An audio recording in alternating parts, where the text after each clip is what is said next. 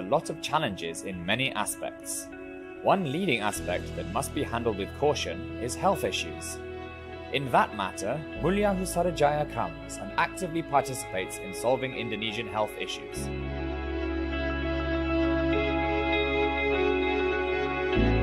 A lot of challenges in many aspects. Since its founding in 1995, Mulia Husarajaya has been contributing to society in more than 20 years. With years of experience combined with never-ending development health investment in technology, Mulia Husarajaya has evolved into one of the largest medical equipment suppliers in Indonesia. A lot of challenges in many aspects. Since its founding in 1995, Mulia Husarajaya has been with the main office in Surabaya, East Java. Mulia with years of experience has 30 with never-ending development, always committed to contributing to society. Mulia Husarajaya has evolved best services and a non-stop desire to bring in the best health equipment throughout the people center. Mulia Husarajaya has been with the main office in Surabaya, East Java. Mulia with years of experience has 30 with never-ending development, always committed to contributing to society. Mulia Husarajaya has evolved best services and a non-stop desire to bring in the best health equipment throughout the people center. Mulia Husarajaya has been with the main office in Surabaya, East Java. Mulia Husarajaya with years of experience has 30 with never-ending development, always committed to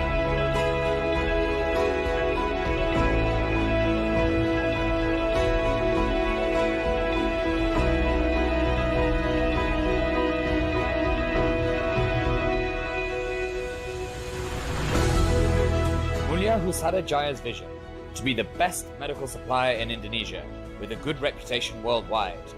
Mulia Husarajaya has been trusted by many world-leading medical equipment manufacturers such as GE Healthcare, Schiller, Ambu, Boston Scientific, Nidec, DRGEM, Kiran, and hopefully many more in the future. Hundreds of capable employees throughout all the regions of Indonesia, Mulia Husarajaya is always ready and looking forward to giving the fastest, best selection and after-sales services for medical equipment needs and issues.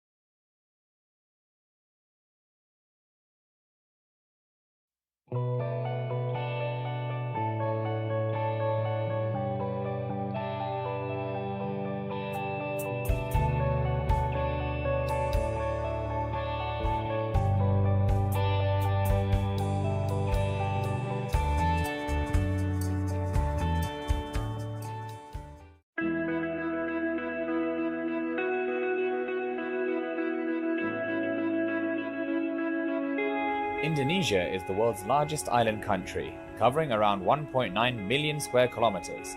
As such, Indonesia has a lot of challenges in many aspects. One leading aspect that must be handled with caution is health issues. In that matter, Mulia Husarajaya comes and actively participates in solving Indonesian health issues.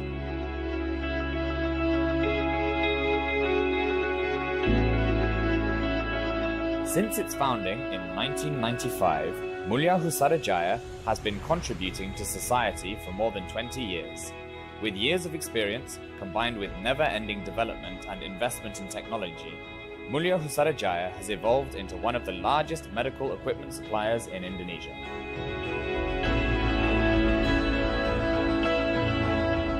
With a main office in Surabaya, East Java, Mulia Husarajaya has 13 branch offices that are always committed to contributing to society with integrity, the best services, and a non-stop desire to bringing the best health equipment throughout Bumi Nusantara.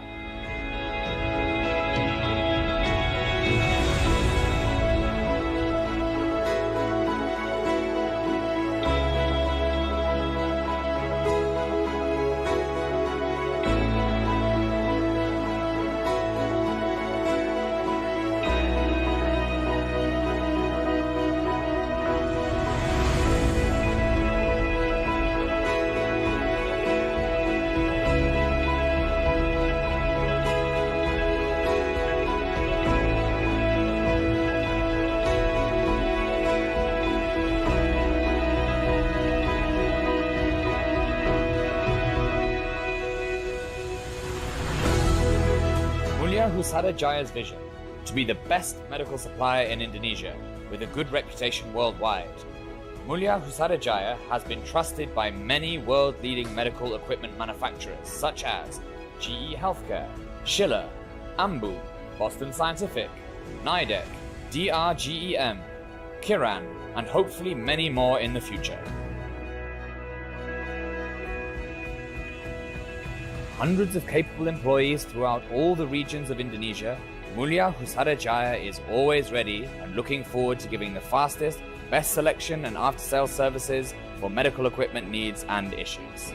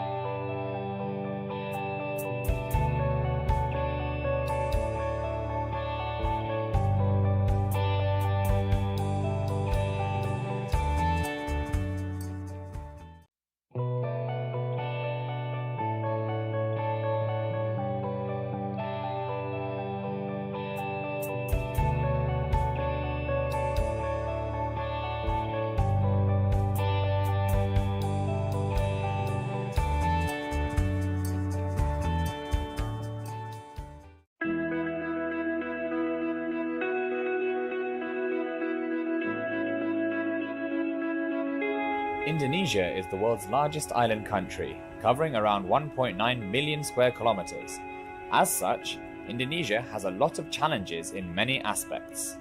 One leading aspect that must be handled with caution is health issues.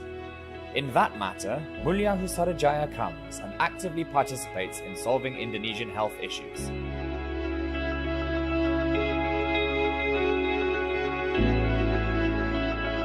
Since its founding in 1995, Mulia Husarajaya has been contributing to society for more than 20 years.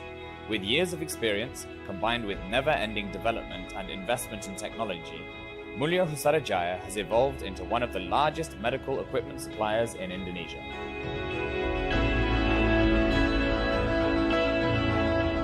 With a main office in Surabaya, East Java, Mulia Husada Jaya has 13 branch offices that are always committed to contributing to society with integrity, the best services, and a non-stop desire to bringing the best health equipment throughout Bumi Nusantara.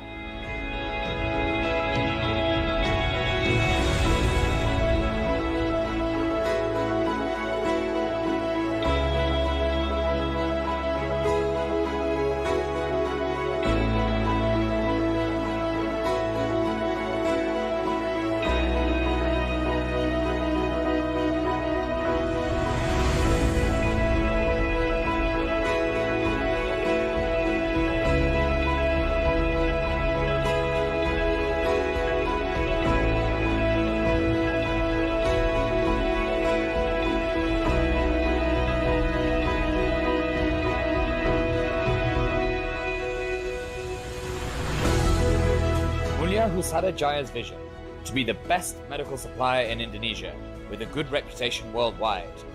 Mulia Husada Jaya has been trusted by many world-leading medical equipment manufacturers such as GE Healthcare, Schiller, Ambu, Boston Scientific, Nidec, DRGEM, Kiran, and hopefully many more in the future.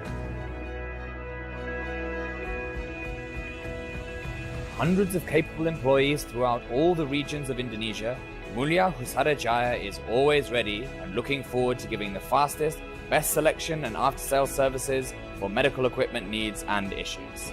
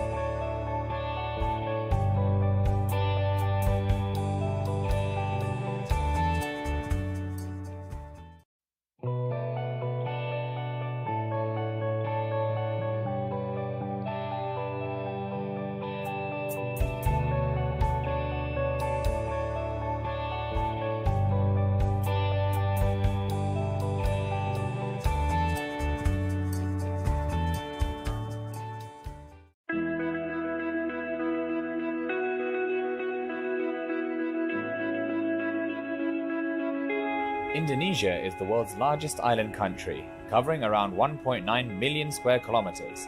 As such, Indonesia has a lot of challenges in many aspects. One leading aspect that must be handled with caution is health issues.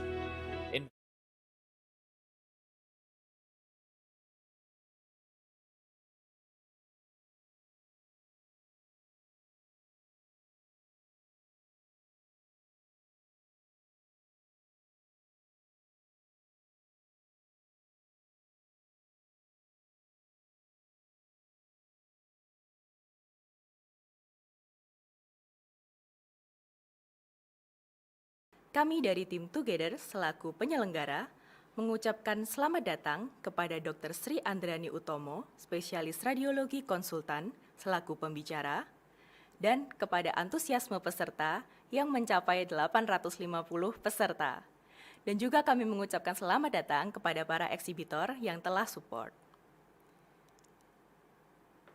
Saat ini sedang berlangsung pameran virtual pada exhibition hall kami, yang telah dibuka sejak pukul 8 pagi tadi dan akan kami tutup sementara pada saat webinar berlangsung. Pameran tersebut diikuti oleh beberapa vendor seperti PT Mulia Husada Jaya, PT Usada Selaras Gemilang Healthcare, DRGEM, dan juga New Brand Clinic. Pameran akan dibuka kembali pada saat sesi webinar telah berakhir hingga pukul 5 sore. Bagi peserta yang ingin bertanya, pertanyaan dapat diberikan melalui fitur live chat yang tersedia pada bawah layar webinar. Anda dapat mengganti nama pada bagian kolom name. Semua pertanyaan akan kita bahas pada saat sesi tanya-jawab. Setelah sesi berakhir, peserta diharapkan untuk dapat mengisi post-test sebagai salah satu persyaratan untuk mendapatkan sertifikat digital dengan minimum nilai 70%. Link post-test tersedia di bawah fitur live chat dan akan aktif pada saat webinar telah berakhir. Selanjutnya, kita akan masuk pada pemaparan materi webinar Imaging of Brain Tumor and Lesion Mimic oleh pembicara. Kepada Dr. Sri Andriani Utomo, spesialis radiologi konsultan, waktu dan tempat kami persilahkan. Selamat pagi, teman sejawat semuanya, salam sejahtera, dan juga para PPDS yang saya cintai. Sebelumnya saya mengucapkan terima kasih pada Together sebagai event organizer yang telah membantu kita untuk menyelenggarakan acara webinar ini. Untuk pagi ini, saya akan share dengan teman sejawat dan juga para PPDS sekalian tentang MRI, yaitu MR Neuroradiological Diagnosis of Brain Lesions. Jadi bagaimana kita melihat suatu brain lesions di MRI, bagaimana kita membedakan bahwa ini suatu tumor, ini suatu proses infeksi, atau ini suatu infarction, atau yang lainnya. Oke, kita mulai. Bagaimana kita menganalisis untuk suatu brain lesion? Yang penting, nomor satu, kita harus mengetahui umur pasien tersebut. Kemudian, di mana lokasi dari lesi tersebut? Apakah lesi ini terletak intraaksial atau ekstraaksial? Atau lesi ini terletak pada daerah midline crossing, misalnya di daerah corpus callosum, di mana yang bisa menghubungkan hemisfer cerebri kanan kiri dan kiri ke kanan. Kemudian, bagaimana dengan perifocal edema dari lesi tersebut? Apakah lesi ini soliter atau lesi ini multiple? Kemudian, bagaimana karakterisasi dari lesi tersebut pada CT scan dan MRI?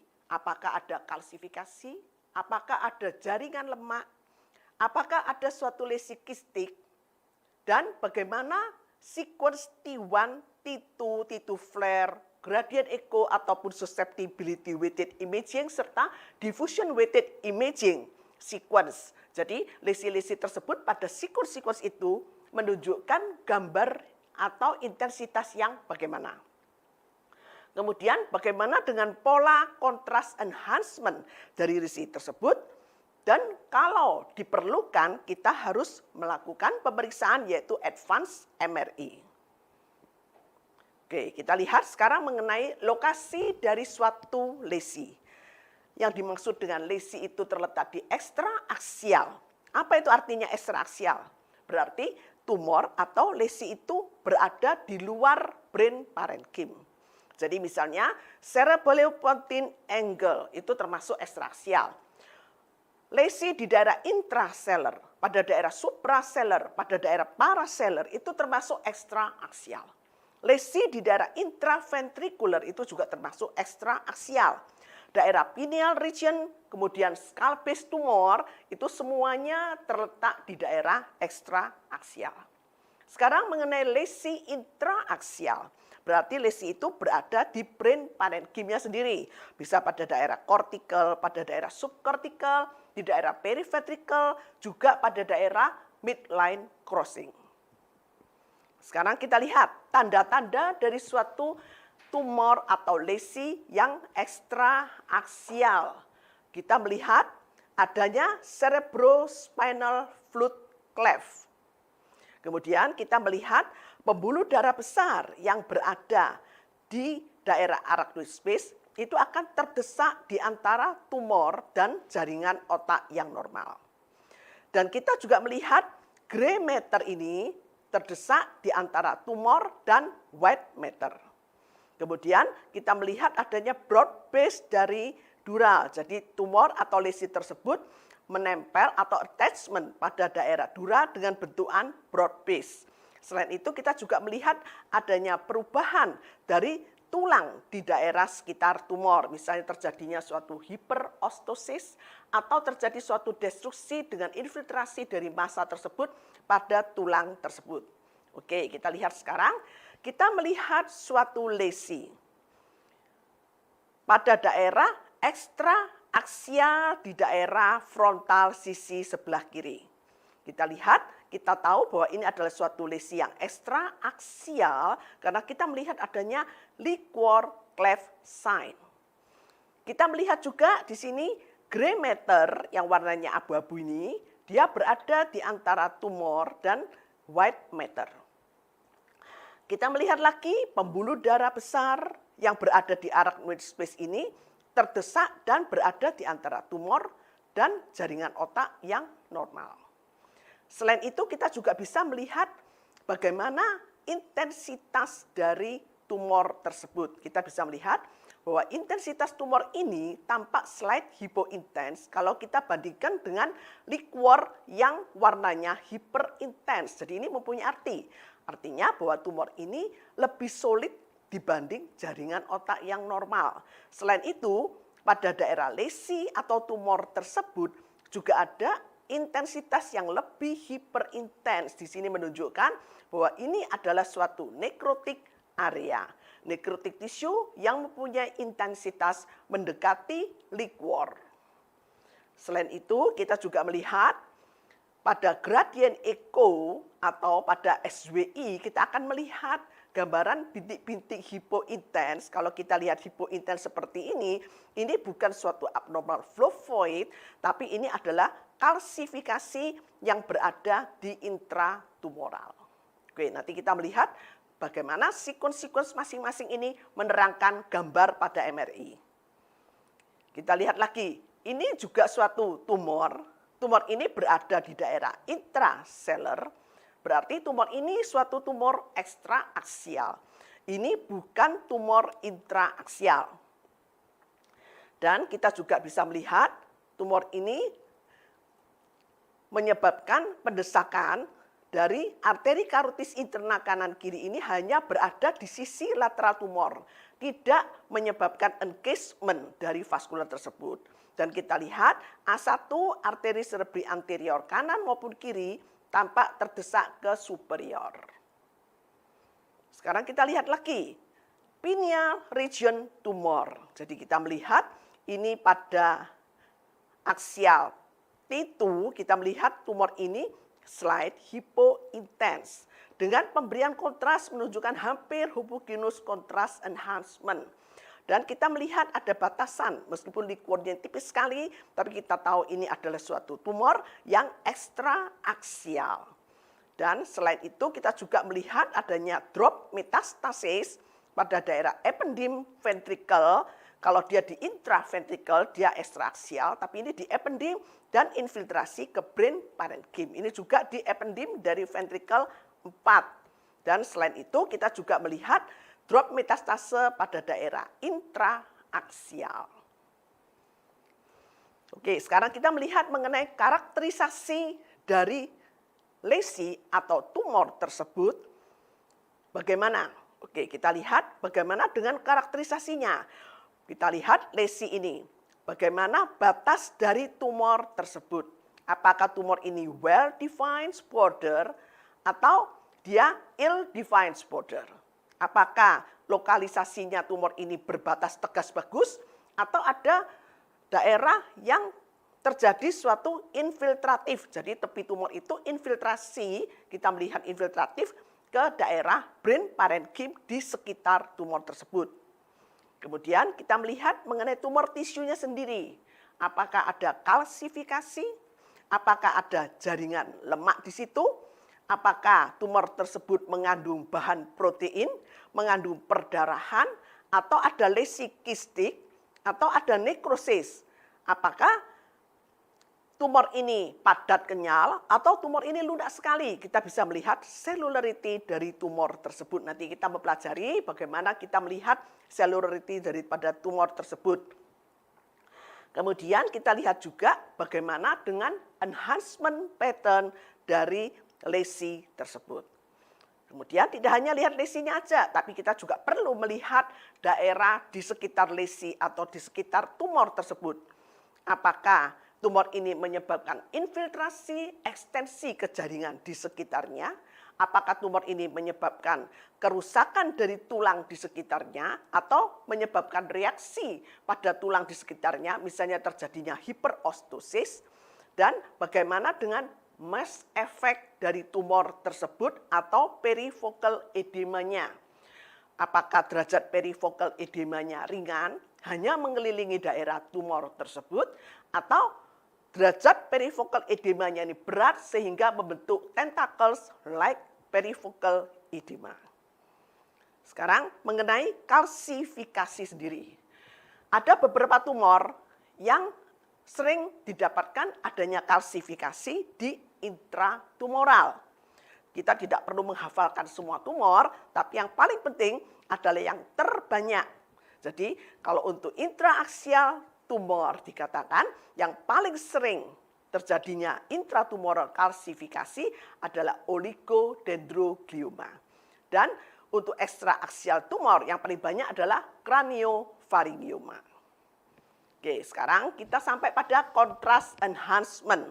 Karena ini juga penting bagi suatu lesi. Kita lihat bahwa pada otak kita itu mempunyai triple layers blood-brain barrier. Jadi di dalam intraaksial, di dalam brain parenchyma sendiri itu mempunyai blood-brain barrier. Sehingga kalau blood-brain barrier ini bagus, tidak mungkin kontras itu bisa masuk ke dalam brain parenchyma. Kontras itu akan terjadi leakage, kebocoran masuk ke dalam brain parenchyma karena adanya tumor di otak yang menyebabkan kerusakan dari blood-brain barrier tersebut. Jadi makin enhancement suatu tumor, kalau kita melihat dari pola ini, berarti tumor itu makin malignan karena dia makin merusak blood-brain barrier.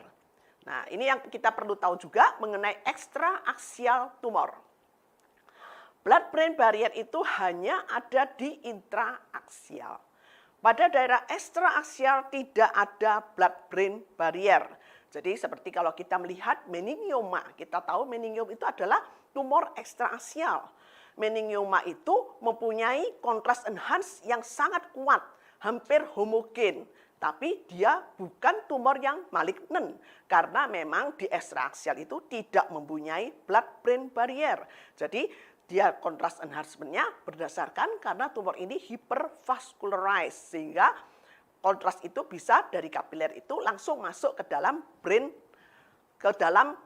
tumor tersebut. Dan selain itu, selain tumor juga ada beberapa lesi yang menunjukkan adanya kontras enhancement.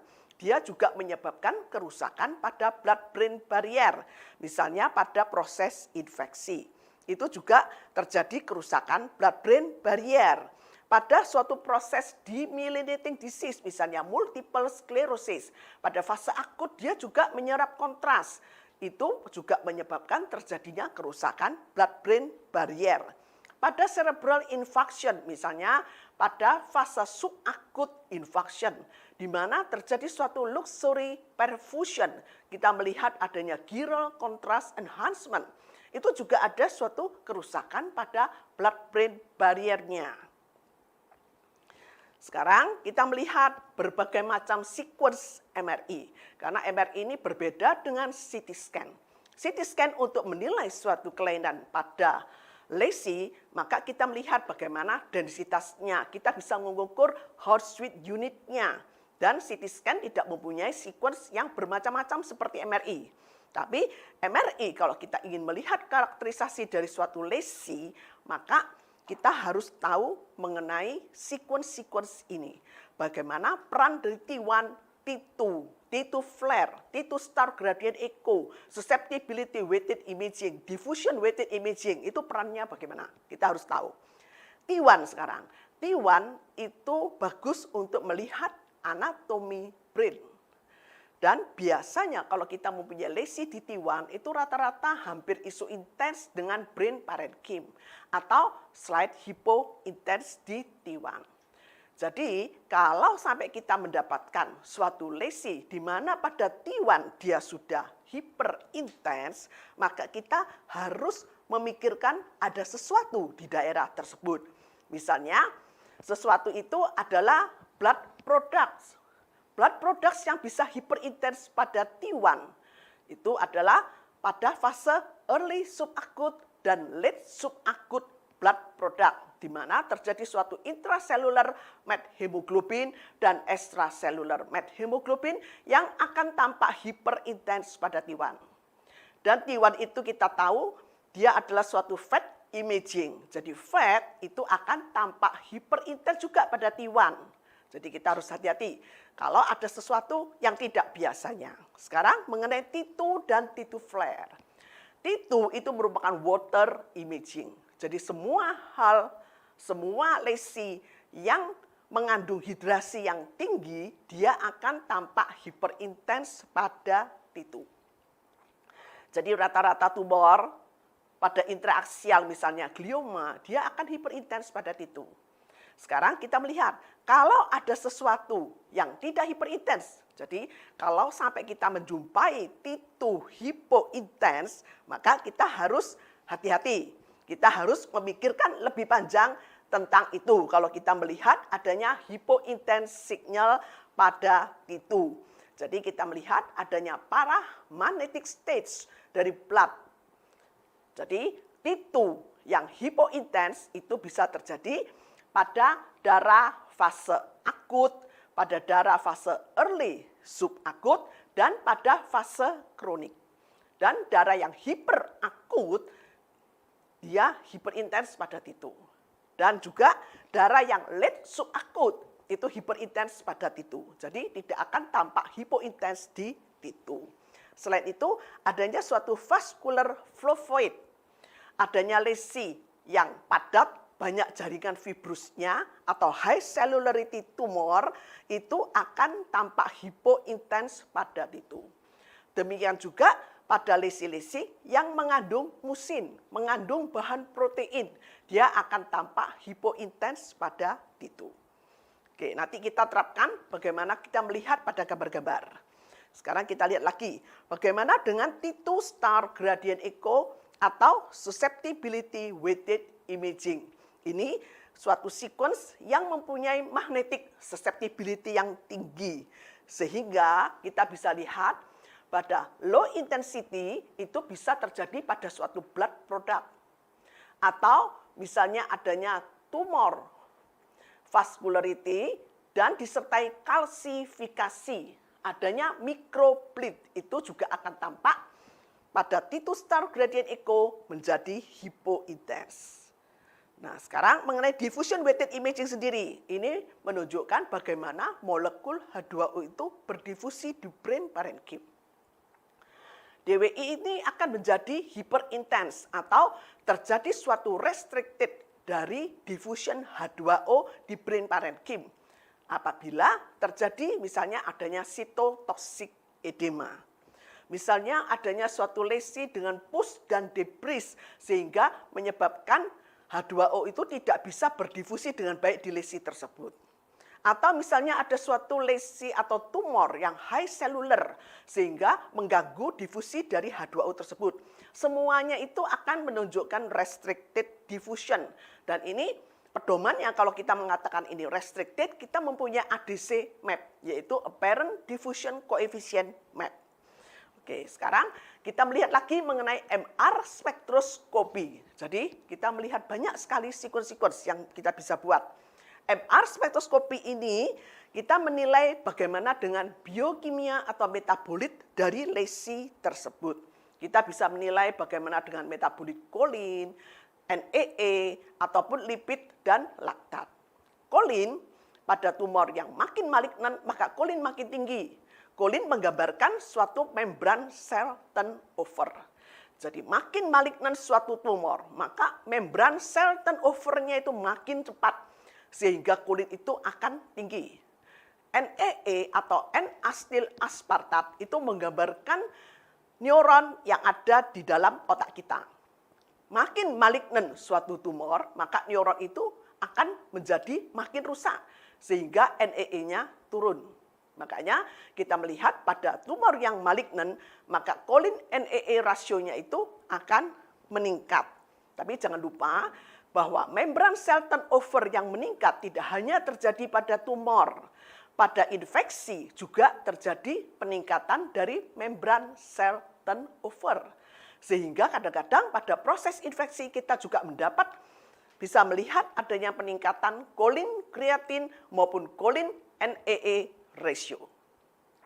Sedangkan untuk lipid dan laktat ini berhubungan dengan suatu proses nekrosis dan hipoksia, sehingga terjadi peningkatan dari lipid dan laktat. Oke, sekarang kita sudah melihat semua sekuen-sekuen ini, kita mengeterapkan bagaimana kita melihat kelainan-kelainan pada brain parenchyma.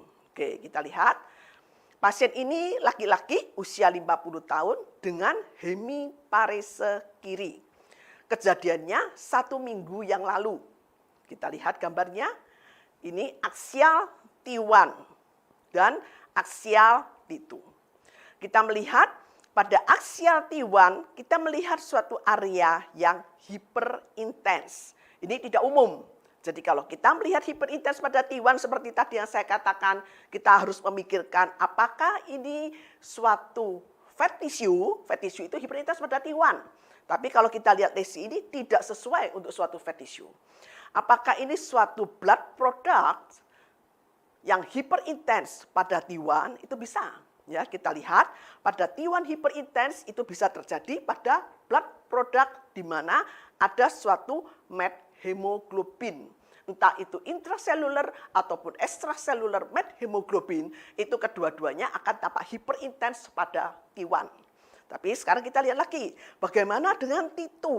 Pada T2 di sini dia tampak hipointens. Nah, jadi kita tahu bahwa dengan T1 hiperintens dan T2 yang hipointens di sini, blood product ini pasti adalah suatu intracellular methemoglobin. Dan kita melihat juga di sini tampak adanya gambaran perifocal slight hypointense area pada T1 dan pada T2 tampak hiperintens. Jadi ini pasti suatu perifocal edema. Karena edema mempunyai intensitas yang hampir sama dengan liquor. Sehingga dia pada T1 akan hipointens dan pada T2 akan hiperintens. Jadi pada pasien ini kita bisa menebak bahwa ini bukan suatu tumor. Tidak ada bayangan massa, tidak ada gambaran solid mass yang kita bisa lihat. Kita hanya melihat gambaran blood product semuanya, disertai dengan perifocal edema.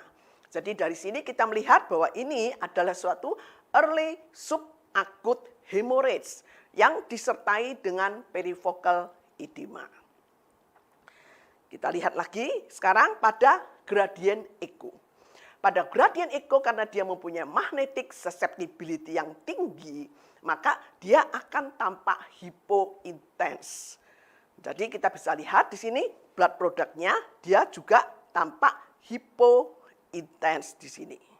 Tapi gradient echo tidak bisa membedakan kadang-kadang apakah ini suatu blood product dari early subacute hemorrhage atau suatu chronic hemorrhage.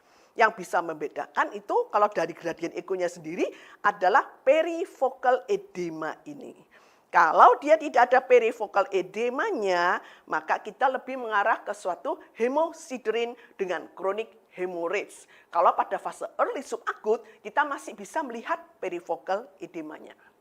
Sekarang kita lihat sekuens yang berbeda yaitu MR angiografi dari pasien ini. Apakah dari teman-teman ada yang melihat, ada yang tidak normal MR angiografinya di sini? Yang pasti kita tidak melihat adanya stenosis. Karena ini bukan suatu infarction. Kita tidak melihat adanya oklusi. Tapi dengan adanya perdarahan, kita melihat bahwa segmen M2, right MCA di sini, kalau kita bandingkan dengan sisi kontralateral, maka dia spastik di sini. Karena adanya perdarahan dan masih dalam fase early subacute. Oke. Sekarang kita melihat kasus yang lain. Laki-laki usia 65 tahun dengan hemiparese kiri. Kita lihat pada diffusion weighted imaging dan disertai dengan ADC map. Kita lihat pada diffusion weighted imaging, kita melihat adanya suatu lesi yang restricted diffusion pada DWI yang tampak hyperintens di DWI. Dari sini kita tahu bahwa ini hyperintensnya disebabkan karena suatu cytotoxic edema. Dan kita melihat pada ADC map dia tampak hypointens atau ADC map-nya tampak menurun. Selain itu pada flare kita juga melihat pada pasien ini tampak adanya multiple chronic lacunar infarction pada daerah subcortical frontal ataupun juga di daerah corona radiata kanan dan kiri. Dan kalau kita lihat lagi pada gradient echo pada pasien ini, kita melihat adanya multiple microbleed kecil-kecil ini, semua banyak pada daerah basal ganglia, pada daerah subkortikal, parieto-occipital kanan kiri, kita melihat multiple microbleed. Jadi dari sini kita bisa mengevaluasi, kita bisa menganalisa bahwa pasien ini terjadinya infarction ini dasarnya adalah suatu amyloid mikroangiopati pada pasien ini. Dan kita bisa melihat juga pada MR angiografinya, kita tidak melihat adanya significant stenosis pada intracranial major arteries. Jadi kalau kita lihat pada pembuluh darah yang besar-besar ini, kita tidak melihat stenosisnya. Oke. Sekarang kita masuk ke kasus yang lain.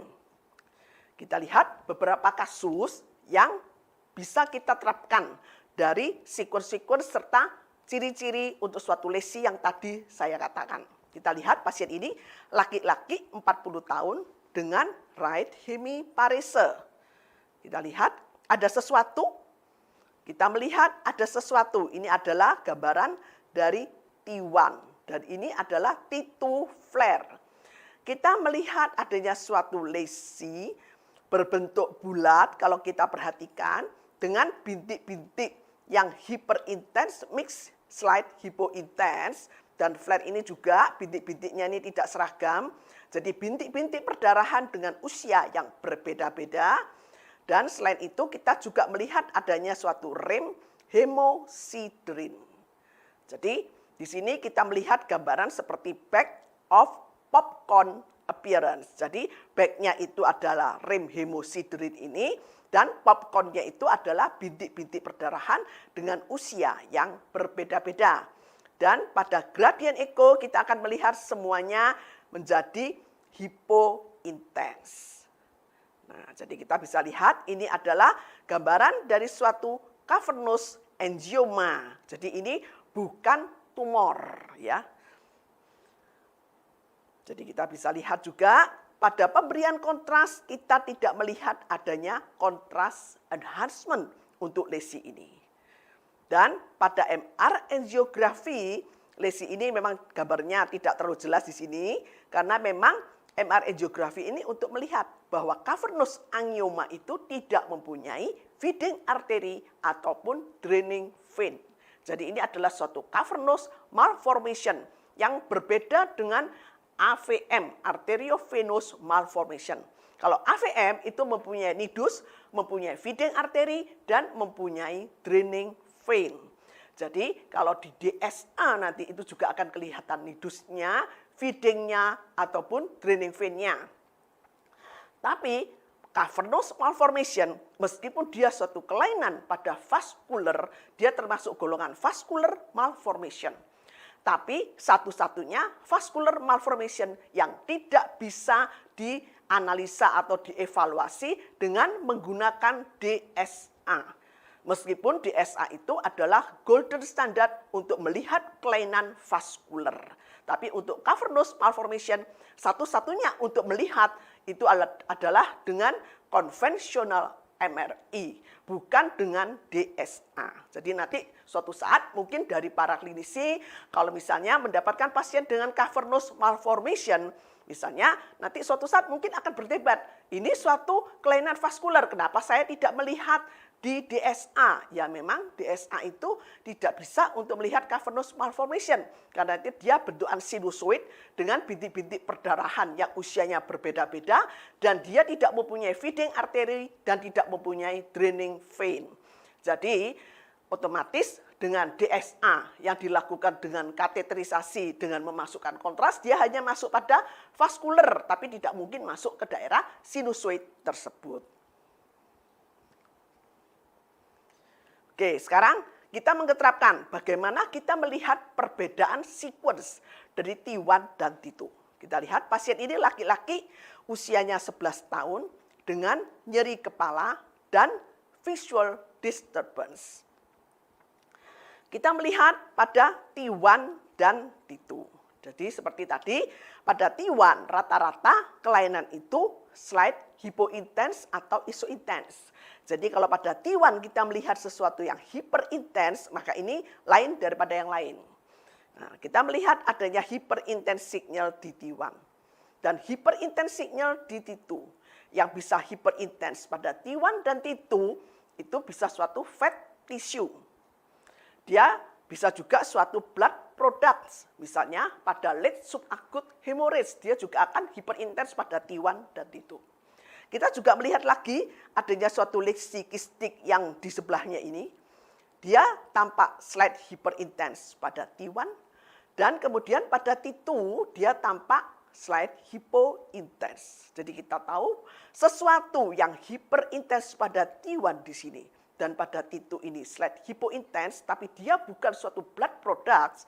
Yang paling cocok ini adalah suatu lesi kistik dengan protein content. Jadi di sini kita bisa lihat bahwa ini adalah suatu lesi kistik dengan fat content dan mix dengan suatu lesi kistik di sini yang dengan protein content. Dan kita bisa lihat juga pada diffusion weighted imaging. Lesi ini memang suatu lesi yang kistik. Dia tidak menunjukkan restricted diffusion.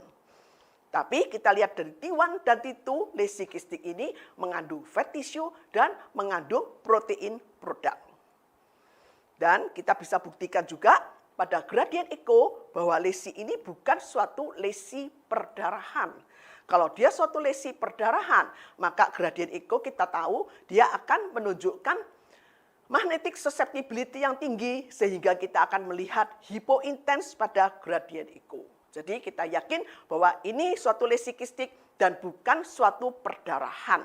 Dan lesi kistik ini mengandung fat tissue dan mengandung proteinaceous content. Ini dengan pemberian kontras, lesi ini tidak menunjukkan kontras enhancement karena sama dengan T1 pada saat pre-kontras. Ini adalah suatu craniopharyngioma.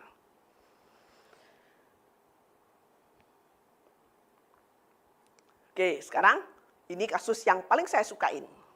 Kita lihat pasien ini usianya 40 tahun post traffic accident. Kejadiannya 2 minggu yang lalu. Kemudian pasien ini datang berobat jalan, tapi dia ke UGD karena dia masih merasa kepalanya nyeri dan seringkali rasa tidak enak di kepala, masih merasa dizziness. Oke, kita lihat. Kita melihat pada T1 dan T2. Ternyata kita melihat ada suatu lesi yang hyperintens pada T1 dan T2. Di daerah midline crossing, pada daerah corpus callosum. Dan kita tidak melihat gambaran corpus callosum yang normal di sini. Selain itu, kita juga melihat adanya hyperintens signal pada daerah interhemisfer subdural, pada T1 maupun T2. Kita juga melihat adanya suatu intraventricular fluid level. Kita curiga ini suatu perdarahan pada daerah interhemisfer subdural, perdarahan pada daerah intraventricle. Apakah di daerah corpus callosum ini juga suatu perdarahan? Karena intensitasnya semuanya sama pada T1 dan T2 hyperintens. Apakah semuanya ini merupakan suatu late subacute hemorrhage? Nah, kalau kita perhatikan, di daerah corpus callosum, kalau seandainya itu suatu hemorrhage, mestinya kalau pasien dengan traffic accident, sebelum dia hemorrhage di daerah corpus callosum, pasti dia mempunyai hemorrhage pada daerah cortical, di daerah frontal kanan kiri dulu. Suatu gambaran hemorrhagic cortical contusion, tapi di sini tidak kelihatan. Dan kita lihat lagi, pasien ini tidak hanya hiperintens di daerah corpus callosum, kita juga melihat pada daerah ependym dari ventricle. Ini juga ada hiperintensinya. Nah, dan kita melihat lagi bagaimana bentuk dari ventricle. Kalau kita lihat terjadi suatu ventriculomegaly pada daerah posterior horn. Dan kalau kita perhatikan lagi, bentuk dari cornu anterior ini juga tidak normal. Jadi kita harus memikirkan, apakah pasien ini mempunyai dua kondisi yang berbeda? Apakah dia bukan suatu lipoma di corpus callosum? Oke, kita lihat berikutnya. Karena kita menduga ini suatu fat tissue, kita harus bisa membuktikan, yaitu dengan menggunakan fat saturasi. Jadi kita buatkan juga pada pasien ini T1 fat set. Ini tidak umum kita kerjakan, tapi kalau kita duduk di depan monitor, kita melihat ada suatu kelainan seperti itu, maka kita harus melanjutkan langsung dengan fat saturasi. Jadi kita lihat di sini, pada fat saturasi ternyata semua yang tampak hiperintens pada T1, T2 di daerah corpus callosum, di daerah ini tampak hipointens. Berarti dia adalah suatu lipoma dari corpus callosum dengan gambaran dysgenesis dari corpus callosum. Dan kita lihat bagaimana dengan lesi hiperintens di daerah subdural pada T1 dan pada T1 fat set. Keduanya ini masih tampak hiperintens pada T1 fat set. Berarti ini bukan suatu fat tissue, tapi ini adalah suatu interhemisfer subdural hematom dalam fase late subakut. Dan kita juga melihat di sini tampak adanya subdural hematom pada daerah temporal sisi sebelah kanan. Jadi hasil akhir pasien ini merupakan suatu congenital anomali di mana didapatkan adanya lipoma dari corpus callosum dengan gambaran dysgenesis dari corpus callosum disertai dengan droplet multiple lipom kecil-kecil pada daerah ependym. Kemudian kita juga melihat ventricle yang tidak normal bentuknya, deformitas, dan disertai juga adanya suatu late subakut interhemisfer subdural hemorrhage. Oke, sekarang kita melihat ke arah lebih advance, yaitu tentang MR perfusion. MR perfusion kita melihat ada yang namanya DSC MR perfusion atau Dynamic Susceptibility Contrast MR perfusion. Ini yang biasa kita kerjakan untuk melihat tumor-tumor atau lesi-lesi di daerah intraaksial. Dan juga dengan menggunakan kontras, kita juga ada lagi MR perfusion yang lain, yaitu DCE MR perfusion atau suatu Dynamic Contrast Enhanced MR perfusion. Ini memang tidak banyak digunakan untuk suatu intraaksial tumor, tapi untuk suatu ekstraaksial tumor ataupun tumor-tumor di daerah body yang lain, pada daerah spine, pada daerah muskuloskeletal, itu bagus kita kerjakan dengan DCE MR perfusion. DSC MR perfusion itu untuk menilai suatu cerebral blood volume. Dan DCE MR perfusion ini lebih menggambarkan suatu volume transfer contrast. Ini volume transfer constant, ini menggambarkan suatu wash in rate dan wash out rate dari suatu lesi tersebut. Sehingga kita akan mendapatkan bagaimana dengan time intensity curve dari lesi tersebut pada DCE MR perfusion. Selain itu kita juga bisa menilai tentang permeability studinya, kebocoran atau leakage dari vaskular yang menuju ke lesi tersebut, di mana kita bisa menilai mengenai K-transnya, KIP atau IUGC maupun VE. Sekarang mengenai ASL atau 3D ASL, ini adalah arterial spin labeling. Ini juga termasuk MR perfusion, tapi ini dasarnya adalah non-contrast MR perfusion. dan kita menilai mengenai cerebral blood flow-nya. Oke, kita bisa mengeterapkan ini. Dengan adanya 3D ASL ini cukup membantu kita kalau seandainya kita tidak mengerjakan contrast enhanced MR perfusion. Kita lihat di sini, pasien usia 57 tahun wanita dengan headache dan vertigo selama 1 minggu. Pasien ini alergi kontras dan tidak mungkin kita kerjakan dengan menggunakan contrast enhanced MR perfusion, entah itu DSC ataupun DCE MR perfusion. Kita lihat pada konvensional MRI. Dari konvensional MRI, kita melihat pada T2 di sini, kita melihat adanya multiple lesi pada daerah hemisfer cerebellum kanan dan kiri. Kita curiga dari gambar ini kemungkinan tumor. Kemungkinan tumor metastasis, meskipun DD-nya masih ada yang lain, misalnya tuberkuloma. Siapa tahu kalau infeksi itu juga bisa multiple. Dan kemudian kita kerjakan ASL. Pada 3D ASL, kita melihat adanya peningkatan dari cerebral blood flow. Nah, dari hasil penelitian, dengan peningkatan cerebral blood flow, ini menggambarkan juga bahwa cerebral blood volume dari lesi tersebut juga meningkat. Jadi kita melihat adanya multiple lesi dan tanpa adanya peningkatan cerebral blood flow, maka kita memikirkan ini suatu proses malignancy. Kita lihat pada MR spektroskopi. MR spektroskopi ini bisa dikerjakan juga tidak menggunakan kontras. Jadi kalau ada pasien yang tidak mungkin kita kerjakan dengan kontras, tapi pasien ini harus kita lakukan untuk mendiagnosa kelainannya. Maka jangan memilih CT scan, kita harus memilih MRI. Karena MRI mempunyai sequence dan software yang jauh lebih canggih dan dia bisa menunjukkan kira-kira tumor ini mengarah kemana. Ya. Tapi kalau CT scan, meskipun kita kerjakan CT scan dengan kontras sekalipun, itu juga tidak bisa membantu untuk diagnostik kadang-kadang. Nah, kita bisa lihat di sini, pada MR spektroskopi, pada lesi tersebut kita bisa melihat tanpa adanya kolin kreatin dan kolin NEE rasio yang sangat tinggi.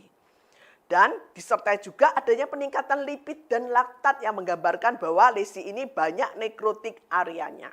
Jadi sesuai dengan suatu proses malignancy. Tidak perlu kita kerjakan dengan kontras untuk kasus-kasus seperti ini. Oke, sekarang kita lihat lagi pasien yang lain. Kita juga melihat ini hampir mirip tapi berbeda. Kita lihat pasien ini usia 40 tahun dengan nyeri kepala dan kejang. Kita melihat tanpa adanya suatu lesi, kalau kita perhatikan lesi ini terletak di daerah intraaksial. Pada daerah tonsilla cerebelli, sisi sebelah kanan yang kiri mengalami kompresi, kita melihat lesi ini pada T2 di sini, kita lihat slide hypointens. Jadi lesi ini padat, kita bisa lihat. Atau lesi ini banyak mengandung bahan protein. Karena kita tahu pada proteinaceous content itu juga akan tampak slide hypointens pada T2. Oke, sekarang kita lihat lagi bagaimana dengan contrast enhancement-nya. Pada pemberian kontras lesi ini menunjukkan nodular heterogeneous contrast enhancement. Oke, sekarang kita lihat apakah lesi ini suatu tumor. Kita lihat bagaimana dengan pola enhancement dari daerah di sekitarnya. Kita melihat adanya gambaran basal system contrast enhancement. Kita melihat adanya multiple nodular contrast enhancement. Kita bisa melihat di sini nodular yang banyak sekali contrast enhancement-nya. Dan kita lihat lagi, di sini juga ada gambaran nodular contrast enhancement, selain ada leptomeningeal contrast enhancement, basal system contrast enhancement. Maka dari sini kita tahu bahwa ini bukan suatu tumor. Tapi kalau kita lihat dari MR spektroskopi, sekarang kita lihat MR spektroskopi dari pasien ini pada daerah nodul ini, kita melihat bahwa kolin kreatin dan kolin NEE rasionya juga meningkat. Jadi Kalau kita mengerjakan MR spektroskopi, jangan sekali-kali hanya melihat MR spektroskopinya. Tapi perhatikan konvensional MRI itu dulu. Perhatikan bagaimana dengan sequence yang ada di konvensional MRI yang kita kerjakan. Kita analisa dulu yang baik, baru kita melihat MR spektroskopinya. MR spektroskopi dari sini, meskipun dia kolin kreatin maupun kolin Na rasionya meningkat, tapi ini bukan tumor. Karena kita tahu bahwa kolin yang meningkat itu bisa terjadi juga pada infeksi. Karena pada proses infeksi juga terjadi membran sel turnover yang meningkat. Jadi dari sini kita akan tahu bahwa ini bukan tumor, tapi ini adalah suatu meningoencephalitis TB yang disertai dengan tuberkulomatosis. Jadi nodul tadi adalah tuberkel, bukan tumor. Sekarang kita lihat lagi pasien laki-laki usia 50 tahun dengan visual impairment.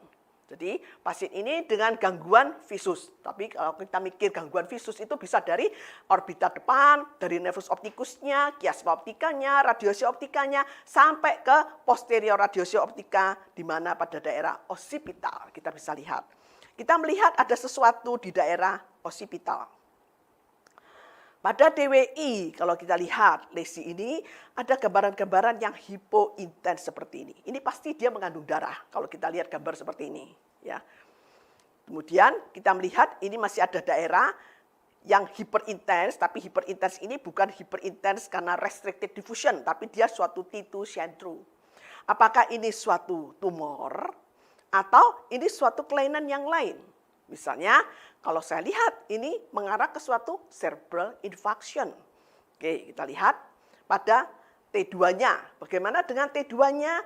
Kita melihat ada lesi-lesi yang hipointens ini. Ini pasti darah kalau kita lihat. Kita lihat lagi pada T1. Ini T1 pre-kontras, sebelum pemberian kontras.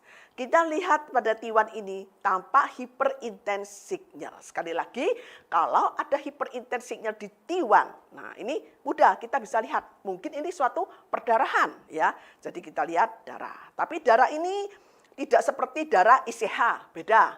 Dia hanya mengitari daerah gyrus. Jadi ini merupakan suatu hemorrhagic transformation dari suatu infarction. Ini suatu thrombotic infarction yang disertai dengan hemorrhagic transformation. Kita lihat pada gradient echo, kita melihat adanya giral perdarahan yang mengikuti gyrus. Dan kalau kita lihat lagi dengan pemberian kontras, kita lihat selain tadi ada hemorrhagic transformation-nya, dia juga disertai adanya suatu luxury perfusion. Jadi ini bukan suatu tumor, ini bukan tumor, tapi ini adalah suatu subakut thrombotic infarction yang disertai dengan hemorrhagic transformation dan luxury perfusion. Sekarang kita melihat MR angiografinya. Ada yang melihat kelainan di MR angiografinya ini? Kita tahu kalau kelainan di daerah occipital, maka kita mengharapkan MR angiografinya menunjukkan yang tidak normal itu pasti daerahnya PCA. Oke, sekarang kita lihat. PCA sebelah kanan, karena yang tidak normal kanan. Coba kita lihat P1, P2. Pada daerah P3 ini kita melihat adanya gambaran stenosis dengan distal flow yang menurun. Sedangkan pada sisi kontralateral di sini masih flow-nya masih ada. Jadi ini ada stenosis pada segmen P3 right PCA. Oke, sekarang kita melihat lagi advance MRI. Contohnya adalah DTI atau suatu diffusion tensor imaging. Di sini kita melihat pergerakan dari diffusion. Jadi kita menilai bagaimana orientasi dari white matter tract terhadap lesi atau tumor di sekitarnya. Apakah tumor ini menyebabkan terjadinya pendesakan, menyebabkan terjadinya destruksi sampai hilang dari white matter tract tersebut, atau hanya sekedar displacement biasa saja, tapi tracknya semua masih bagus.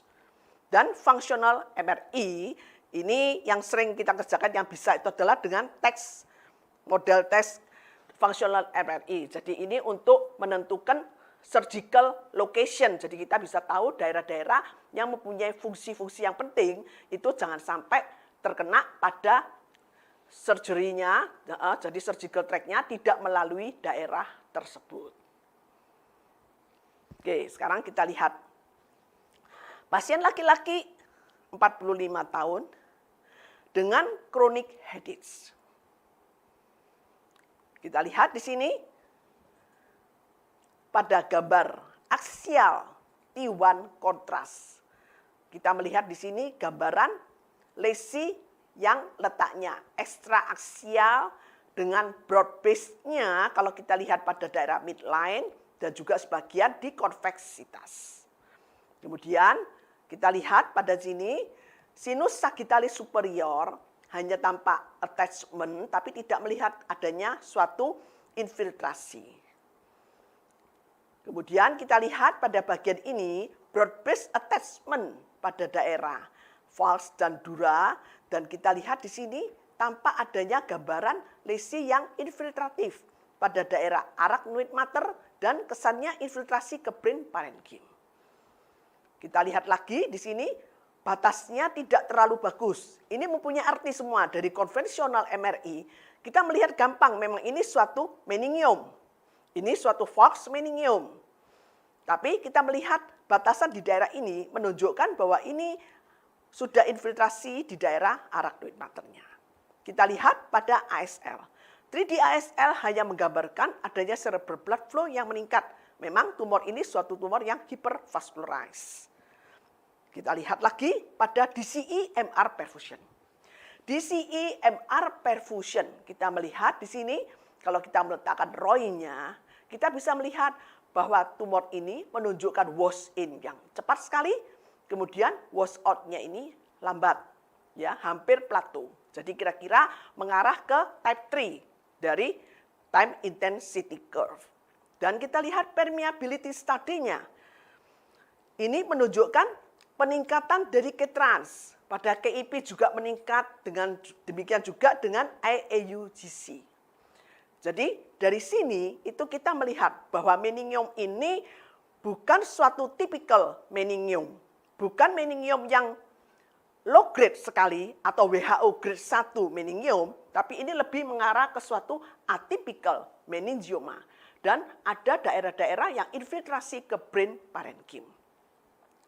Kita lihat pada MR venografi. Di sini masih ada flow dari sinus sagittalis superior. Meskipun flow-nya agak lambat sedikit pada daerah anterior karena mengalami kompresi. Tapi kita tidak melihat infiltrasi. Karena ini hanya dikerjakan dengan 3D enhanced velocity. Jadi kita tidak bisa menilai benar-benar untuk flow dari sinus sagittalis superiornya. Dan kita bisa lihat pada traktografi pasien ini tidak menyebabkan kerusakan dari white matter thread. Nah, sekarang dari konvensional MRI tadi yang kita lihat, dia memang suatu meningium, tapi kita melihat ada gambaran yang infiltratif ke brain parenchyma. Apakah benar? Dan kita buktikan dengan DCE MR perfusion.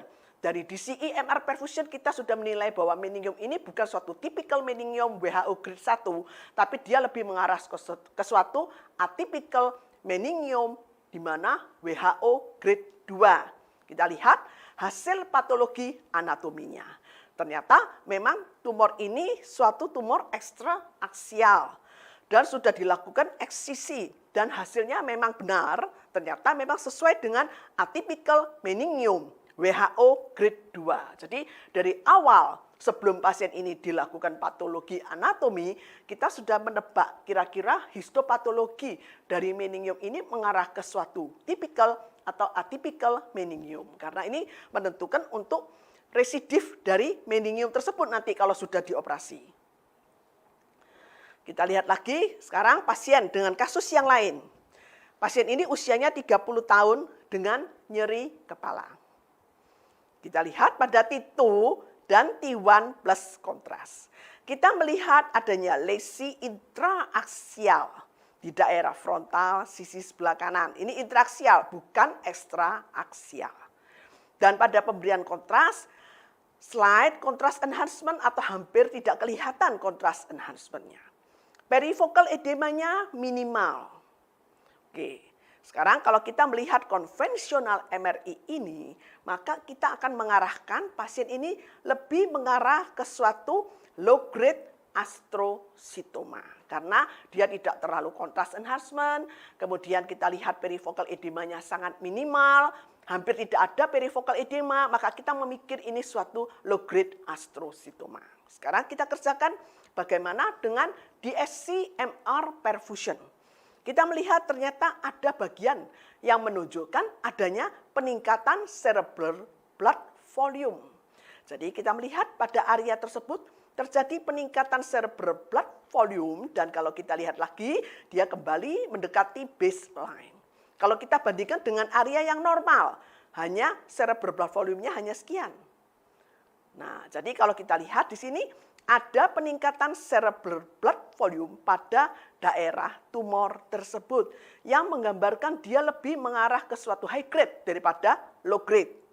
Dan kita melihat pada MR spektroskopi tampak adanya Collin-NEE rasio yang meningkat.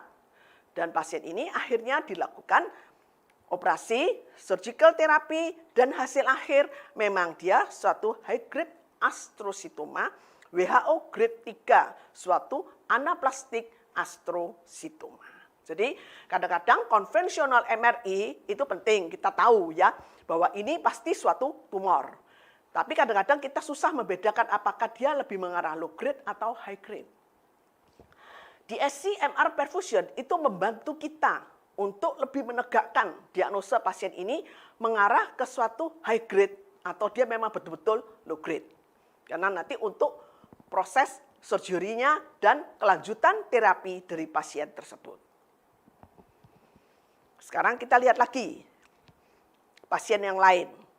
Pasien ini laki-laki 40 tahun dengan visual disturbance, gangguan penglihatan. Matanya kalau melihat itu double. Dan selain itu matanya tidak bisa membuka dengan baik, terjadi ptosis. Nah, kita lihat pada pasien ini gimana? Kita melihat adanya suatu lesi yang letaknya di daerah ekstraaksial. Ini berada di luar ya, di luar brain parenchyma. Dan lesi ini menunjukkan flow void. Kalau kita lihat flow void. Tapi flow void-nya ini hitamnya tidak sama dengan arteri karotis interna yang berada di sebelahnya, di sampingnya. Nah, kita tahu bahwa ini pasti suatu gambaran giant aneurisma. Ini suatu kelainan vaskular dengan flow void. Tapi kenapa flow void-nya kok tidak sama dengan arteri karotis interna di sini? Karena di dalam ini darahnya itu muter-muter, bergerak secara turbulensi dan menjadi lambat. Kalau sesuatu itu bergerak menjadi lambat, maka flow void-nya hilang. Dia menjadi hyperintens. Sekarang kita lihat lagi. Dengan pemberian kontras, pasien ini dikerjakan kontras. Nah, kita lihat pada kontras tadinya, kita melihat flow void di arteri karotis interna ini tetap hitam. Sedangkan lesi ini tampak kontras enhancement. Apakah ini bukan giant aneurisma? Kok bisa kontras enhancement? Berarti dia kan tumor yang bisa enhance. Nah, kita harus pandai-pandai untuk mengerti tentang sequence MRI. Flow void itu terjadi karena gerakan yang cepat dari aliran darah. Sehingga arteri karotis interna yang normal, dia mempunyai aliran yang sangat cepat, meskipun dengan pemberian kontras kita tidak bisa melihat kontras enhancement-nya. Yang kita terima adalah flow void-nya, karena dia terjadi signal loss, tidak akan tertangkap sebagai gambar yang putih. Tapi untuk giant aneurisma, di mana giant aneurisma ini mempunyai aliran darah yang sangat lambat dan turbulensi, maka kalau diberi kontras dia juga akan kontras enhancement. Tapi ini bukan tumor. Dan pada MR angiografi kita bisa melihat bahwa ini giant aneurisma dengan peron arteri dari right internal carotid artery. Dan kita lihat peron arterinya ini sangat lebar necknya.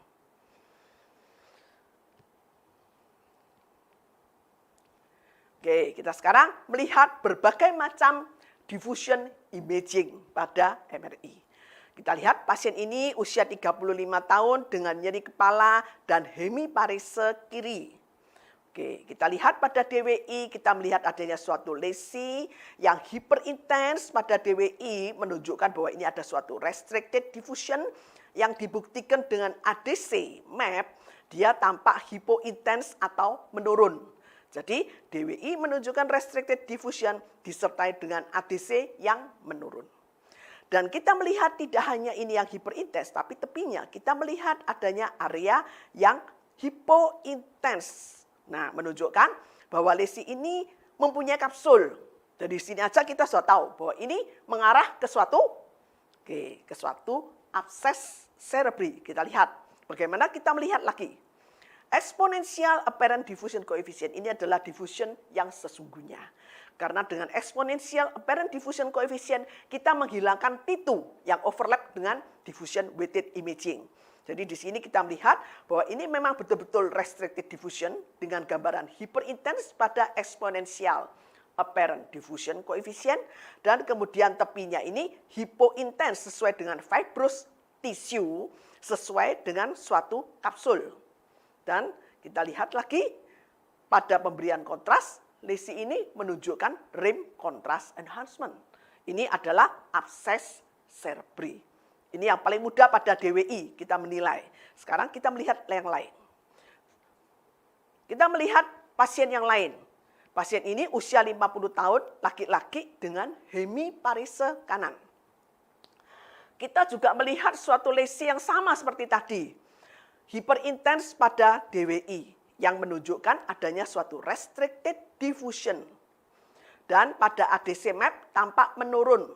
Jadi memang benar-benar ini adalah suatu lesi dengan restricted diffusion. Tapi yang berbeda dengan tadi, dia tidak mempunyai dinding yang hipointens. Kita bisa perhatikan. Jadi kalau kita melihat gambar, itu tolong diperhatikan semuanya. Jangan cepat-cepat melihat hanya restricted-nya aja. Tapi lihat tepinya bagaimana. Dan selain itu kita juga melihat bagaimana dengan tepis yang lainnya. Kita melihat adanya perifocal edema. Nah, dari sini kita bertemu dengan suatu lesi yang restricted diffusion dan pada ADC map tampak menurun, tidak mempunyai kapsul, tidak berdinding, dan ada perifocal edema. Ini juga tumbuhnya infiltratif kalau kita lihat. Jadi pasti kita bertemu dengan suatu lesi yang menggambarkan ke arah tumor, bukan ke suatu proses infeksi atau abses cerebri. Sekarang kita lihat pada T2. T2 ini mempunyai arti sekali pada lesi ini. Kita lihat lesi ini kalau dibandingkan dengan perifocal edemanya, lesi ini lebih hipointens. Jadi dari T2 ini kita berhadapan dengan suatu lesi yang mempunyai sel yang besar-besar. Jadi kita bisa lihat berbeda dengan lesi yang tadi. Pada T2, lesi ini yang tadi itu dia restricted diffusion, tapi di T2 dia hyperintens. Kalau kita perhatikan dengan lesi ini, dia berbeda. Pada T2 dia slight hypointens. Dan pada flare itu juga hampir sama dengan T2 untuk brain parenchyma, kita menilainya itu sama. Dia juga slight hypointens dengan perifocal edema yang hyperintens. Dan pada pemberian kontras dia tidak menunjukkan seperti tadi rim contrast enhancement. Tapi dia hampir homogeneous contrast enhancement dari tumor tersebut. Jadi kita berhadapan dengan tumor dalam hal ini. Dia bukan abses cerebri. Tumor apa yang bisa menyebabkan restricted diffusion dan pada pemberian kontras menunjukkan homogeneous contrast enhancement itu adalah suatu brain lymphoma atau primary central nervous system lymphoma. Oke, sekarang kita berhadapan dengan DWI yang berbeda. Kita lihat pasien ini dengan gambaran lesi pada T1 di daerah fossa posterior. Di daerah arachnoid space kita melihat ada suatu lesi kistik yang hipointens pada T1 dan pada T2 hyperintens. Ini pasti suatu lesi kistik. Lesi kistik di daerah arachnoid space, maka ini adalah suatu arachnoid cyst.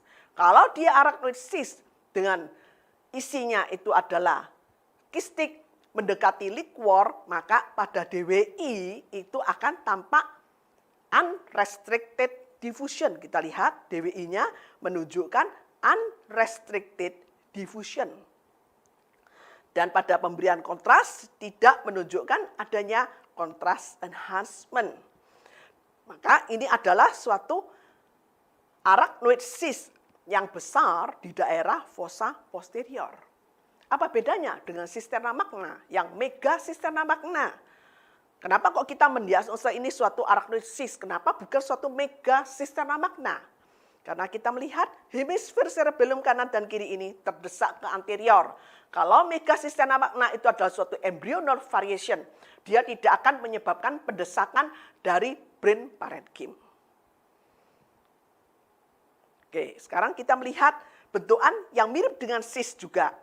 Ini laki-laki 25 tahun dengan trigeminal neuralgia yang kanan. Jadi pasti kelainannya dekat-dekat dengan nervus trigeminus. Kita melihat adanya suatu lesi. Tidak terlalu jelas, hipointens pada T1. Kita lihat hipointens pada T1 dan pada T2 hiperintens. Kelihatan lesinya? Oke. Jadi seperti tadi, hipointens pada T1 dan hiperintens pada T2. Maka nomor 1 mungkin ini suatu lesi kistik. Karena dia hipointens T1, hiperintens T2, mirip dengan liquor. Apakah ini suatu arachnoid cyst di daerah CPA yang sebelah kanan ini sehingga dia mendesak pada nervus trigeminus atau sesuatu yang lain?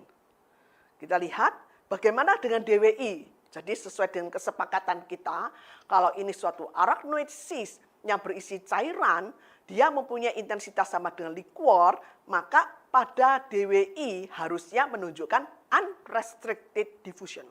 Kita lihat apakah DWI-nya ini unrestricted. Coba kita perhatikan. Ternyata DWI-nya bagaimana? Kalau kita lihat, ternyata DWI-nya ini hyperintens ya. Tampak menunjukkan restricted diffusion. Jadi itu bukan suatu arachnoid cyst lagi. Dia pasti bukan lesi cystic arachnoid. Dan kita lihat, nah jadi kita melihat pada konvensional MRI pada T1 dan T2, lesi ini mirip dengan kista. Isinya seperti seakan-akan liquor, tapi ternyata pada DWI menunjukkan restricted diffusion. Jadi ini pasti berhadapan dengan tumor yang lain. Bukan suatu arachnoid cyst.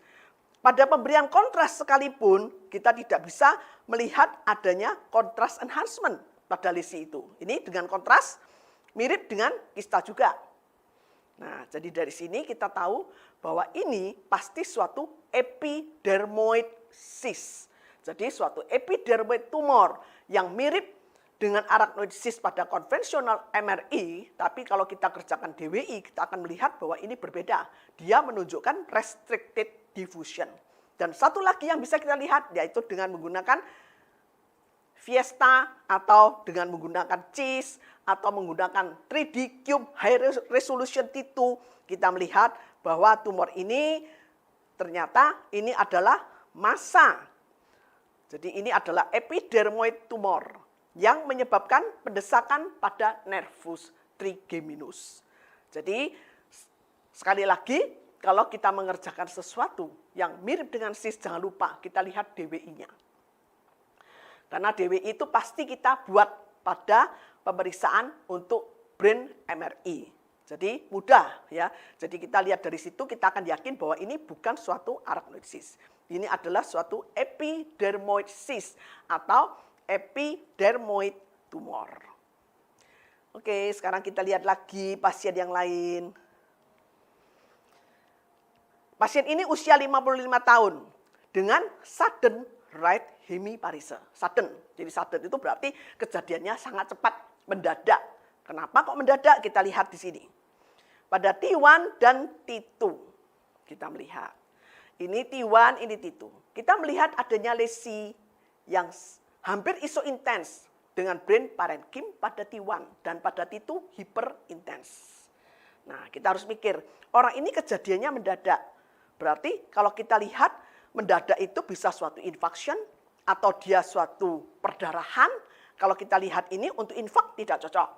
Ini sesuai dengan gambaran suatu perdarahan.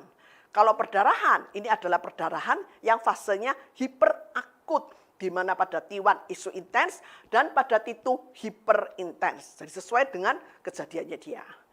Dan kita lihat apakah kita yakin ini suatu intracerebral hemorrhage aja? Kalau dia intracerebral hemorrhage, tempatnya yang tidak sesuai. Ini di daerah frontal. Kita harus hati-hati. Apakah ada bagian lain yang menunjukkan sesuatu? Kita lihat pada pasien ini pada flare. Tidak terlalu kelihatan.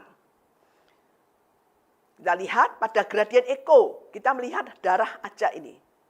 Darah, tidak terlalu jelas. Kita lihat pada DWI. DWI lebih membantu. Kita lihat di sini, lesinya yang berdarah. Kita lihat ada suatu lesi yang menunjukkan slight restricted diffusion. Nah, ini adalah bagian solid dari lesi, dan solid ini pasti suatu tumor. Kita lihat lagi, kita perhatikan T1 pre-kontras. Kalau kita perhatikan baik-baik, ini pasti ada sesuatu. Dan setelah diberi kontras, kita bisa lihat ternyata lesi ini adalah tumor dengan intratumoral hemorrhage. Jadi ini adalah suatu tumor dengan intratumoral hemorrhage. Dan kemungkinan besar tumor ini adalah suatu proses metastasis dengan intratumoral hemorrhage. Karena tumor yang paling mudah berdarah itu nomor 1 adalah tumor metastasis. Meskipun glioblastoma itu juga bisa mengalami perdarahan. Sekarang kita lihat lagi. Pasien laki-laki 50 tahun dengan right hemiparese. Ini CT scan-nya. Dari CT scan yang dikirim, itu diagnosanya mengarah ke suatu glioblastoma katanya. Nah, sekarang kita lihat, apakah betul ini suatu glioblastom? Ada lesi pada daerah talamus kiri. Perifocal edemanya tidak terlalu luas, ringan sekali perifocal edemanya. Slight hyperintense rim bentuknya. Apakah ini tumor atau lesi yang lain? Sekarang kita lihat lagi, DWI dengan ADC. Lesi ini menunjukkan restricted diffusion. Tapi dari sini kita tahu bahwa ini restricted diffusion dan bukan suatu infarction. Ini pasti restricted karena darah. Kita bisa lihat gradien echo. Ternyata ini adalah suatu perdarahan. Kita lihat ini perdarahan. Sekarang kita lihat bagaimana dengan T1 dan T2 lesi ini. T1 ternyata lesi ini menunjukkan hyperintense signal pada T1. Jadi kita tahu hyperintense signal pada T1 kita harus memikirkan ini suatu darah di situ. Darah apa yang bisa hyperintense pada T1? Yaitu darah yang early subakut dan darah yang late subakut. Sekarang kita lihat T2-nya. Ternyata T2-nya dia hyperintense juga. Berarti ini cocok ke suatu late subakut hemorrhage. Jadi dari sini kita tahu bahwa ini bukan tumor, bukan glioblastoma. Dan kenapa CT scan kok gambarnya seperti tumor? Kok tidak seperti hemorrhage yang kita bayangkan biasanya kalau hemorrhage itu kan hyperdense, bentuknya cepluk. Nah ini kok tidak seperti itu? Karena kita tahu bahwa densitas darah pada CT scan itu antara 40 sampai 70.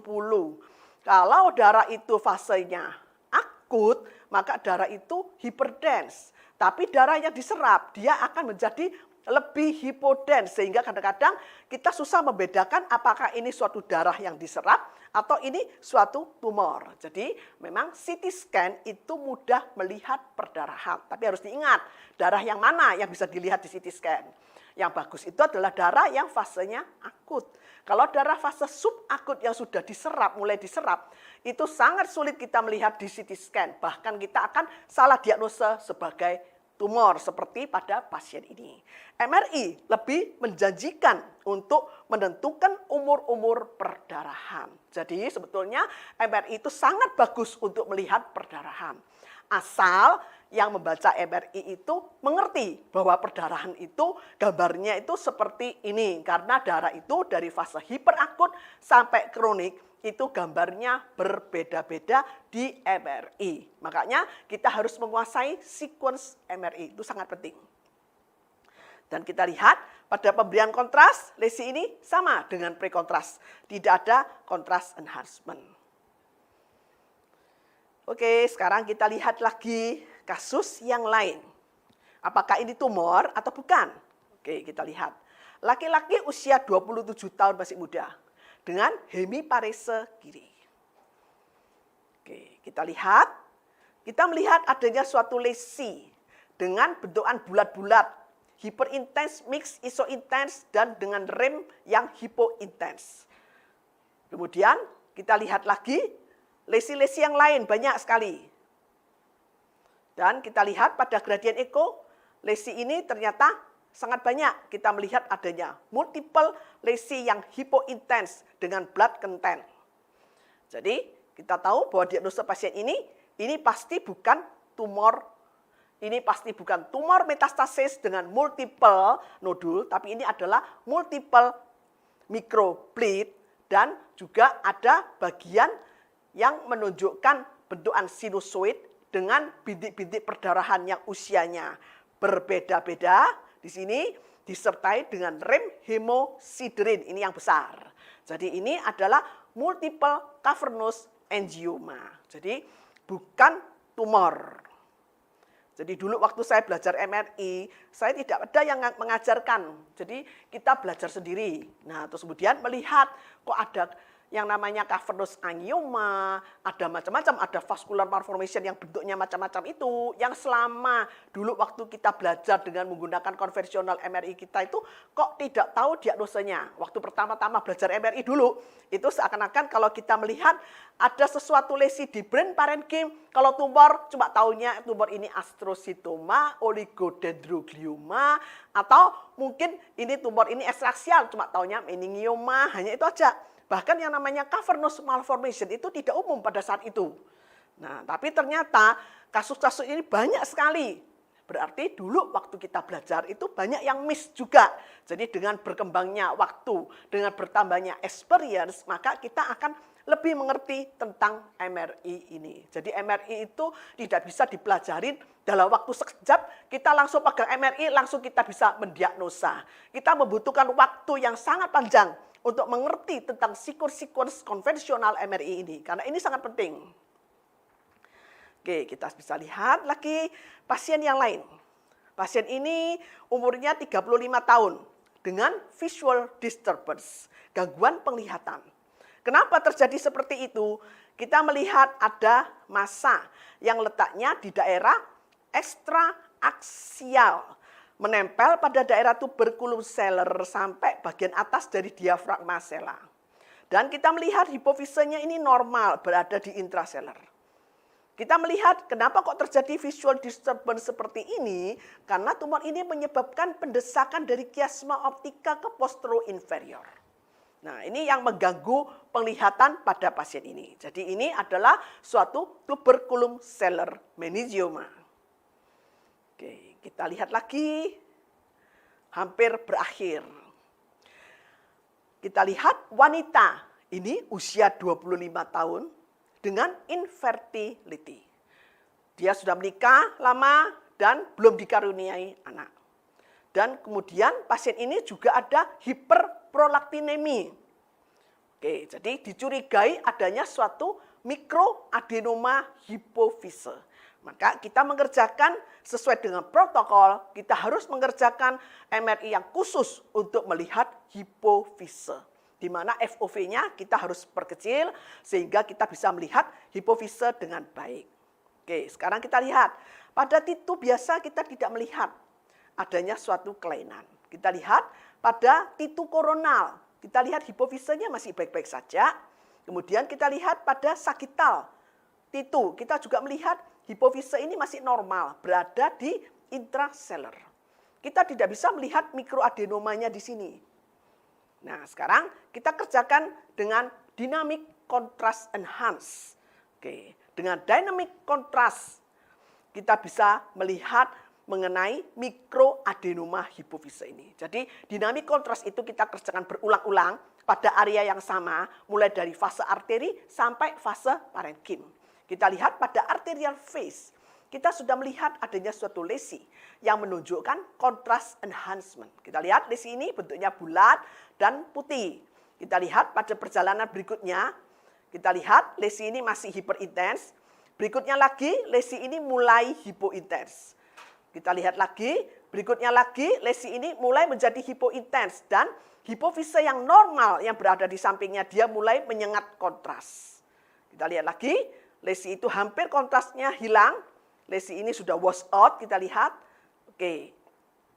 Dan kita lihat pada delay kontras, lesi ini seakan-akan dia tidak kontras enhancement.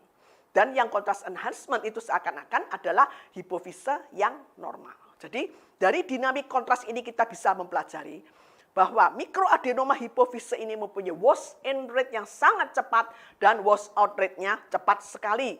Sehingga dia pada fase arteri, dia sudah kontras enhancement. Sedangkan hipofise normal belum kontras enhancement. Jadi kita bisa lihat, ini dia sudah kontras enhance. Setelah itu dia wash out-nya sangat cepat. Kemudian hipofise yang normal, dia baru terjadi suatu delay kontras enhancement.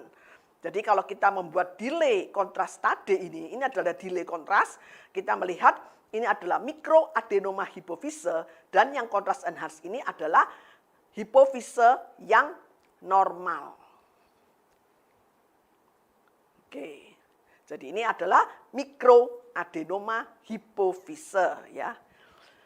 Ya, sekarang kita sampai pada take home point bahwa MRI secara general, MRI itu jauh lebih bagus daripada CT scan untuk suatu intraaksial sebetulnya maupun ekstraaksial brain tumor imaging. Karena MRI itu mempunyai soft tissue kontras yang sangat baik, dia mempunyai berbagai macam sequence dan kita bisa membeda-bedakan bahwa ini kelainannya itu mengarah kemana. CT scan dikatakan dia memang bagus untuk mengevaluasi tumor, mengevaluasi tulang. Jadi kalau ada perubahan pada tulang, misalnya hiperostosis atau destruksi di tulangnya, memang bagus dengan CT scan. CT scan bagus juga untuk evaluasi perdarahan, memang paling mudah untuk melihat darah dengan CT scan, yaitu terjadi suatu hyperdense area. Tapi kita harus tahu itu adalah darah yang akut. Untuk darah yang subakut itu hati-hati kalau kita bekerja dengan CT scan kalau tidak mempunyai CT scan sebelumnya. Kemudian kita bisa melihat untuk menilai suatu kelainan pada brain, pertama kali yang paling penting kita lihat dulu detection. Jadi kita tentukan apakah ada kelainan atau tidak. Kalau ada kelainannya, di mana lokasi kelainannya? Intraaksial atau ekstraaksial. Dan bagaimana dengan karakterisasi lesi tersebut pada bermacam-macam sequence MRI tersebut. Dan bagaimana dengan pola kontras enhancement-nya. Kemudian yang tidak kalah penting, kalau kita masih ragu untuk menentukan ini diagnosanya mengarah kemana atau kita ingin mempertajam diagnosa pasien tersebut, maka kita kerjakan advance MRI. Oke, terima kasih. Mungkin ada yang ingin bertanya? Ya, mungkin saya kembalikan ke Bu Meli.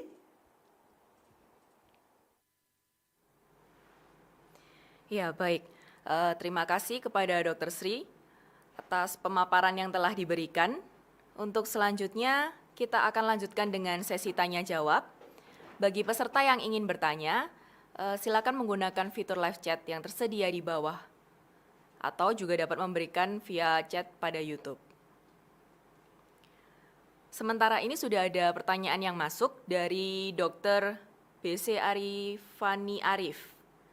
Jadi beliau bertanya, Dok, bagaimana membedakan PCNSL dengan high grade astrocytoma?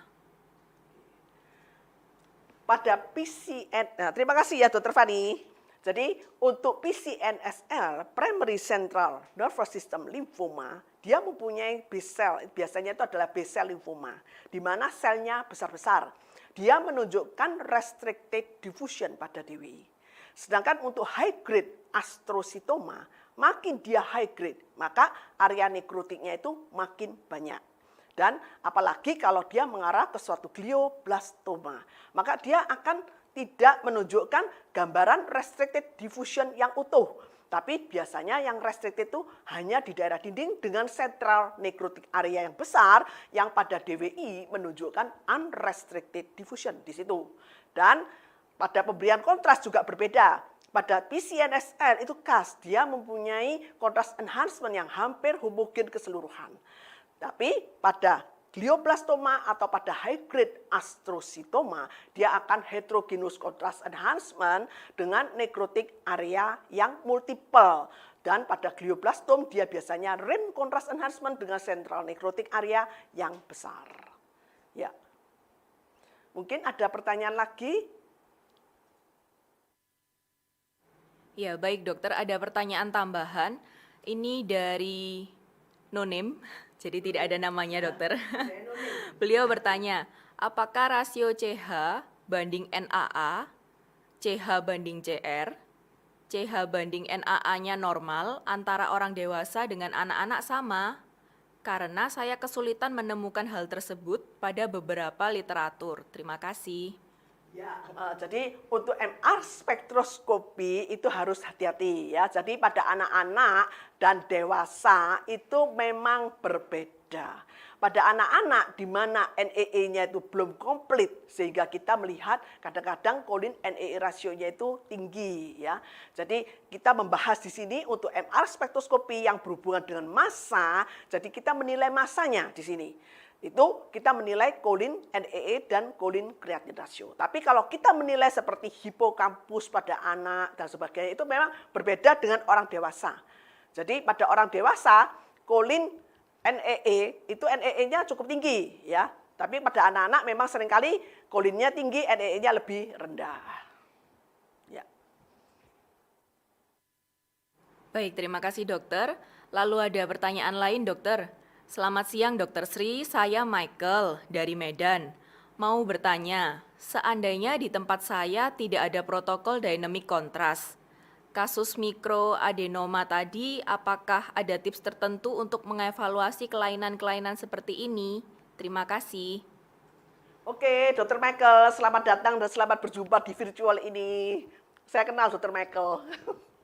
Ya, Dr. Michael, rasanya bisa dipanggilkan Mbak Nike untuk membantu untuk membuatkan programnya untuk dynamic contrast. Jadi meskipun kita menggunakan MRI yang lama sekalipun, kita masih bisa mengerjakan dynamic dengan caranya penyuntikan yang cepat. Kita membuat irisannya itu tidak terlalu banyak, tipis di daerah yang diduga suatu mikroadenoma, jadi hanya di daerah adenoma hipofisenya aja, kemudian kita berulang-ulang mengerjakannya pada tempat itu. Nah, itu nanti kita akan mendapatkan arterial phase sampai ke parenchymal phase. Meskipun kadang-kadang kalau kita tidak mempunyai software yang khusus, itu kadang-kadang kita bisa berkurang. Jadi misalnya harusnya arteria sudah saatnya masuk, tapi terlambat masuknya. Nah, itu bisa terjadi. Tapi bisa minta tolong pada teknisinya. Bisa dibantu dengan technical application-nya membuatkan untuk dynamic contrast ini, Dr. Michael. Pasti bisa. Karena saya dulu bekerja dengan alat MRI yang lama sekalipun, itu juga bisa mengerjakan dynamic contrast ini.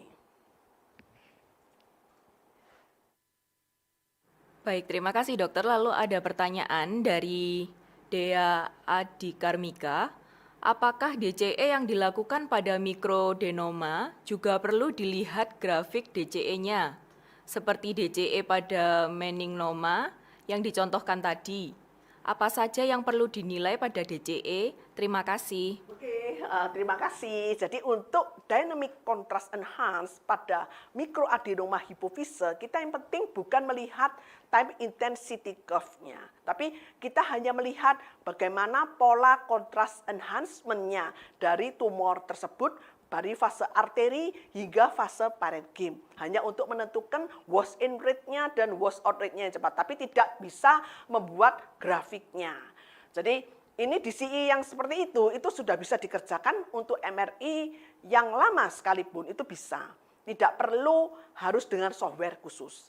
Tapi untuk DCE, MR perfusion, Dynamic Contrast Enhanced MR perfusion, di mana kita mau melihat time intensity curve bersama dengan permeability study-nya, memang itu kita kerjakan di 3 Tesla dan memang menggunakan software khusus untuk DCE MR perfusion. Tapi kalau hanya membuat curve-nya saja sebetulnya itu masih bisa dikerjakan dengan 1,5 Tesla dengan alat MRI yang lama dan tidak membutuhkan software khusus. Tapi tidak bisa membuat permeability study-nya. Ya. Baik, lalu ada pertanyaan lagi dokter. Wah, ini sepertinya banyak sekali ya peserta yang antusias, Dokter Sri. Ada yang bertanya dari Dokter Wahyu Pusoita. Beliau bertanya, jadi apa bedanya sequence DWI dengan EADC dalam menilai sesuatu lesi? Karena keduanya menggambarkan diffusion restriction. Terima kasih. Diffusion weighted imaging, kita tahu diffusion weighted imaging yang kita lihat DWI, itu dia map di belakangnya, itu ada titu. Jadi kadang-kadang sering terjadi pitfall dari DWI. Yang kita lihat pada DWI itu hyperintens, tapi belum tentu itu suatu restricted diffusion. Makanya kalau pada kita mengerjakan DWI, kita harus ada ADC di sebelahnya untuk membantu kita menentukan, oh ini memang benar-benar restricted diffusion karena pada ADC menurun.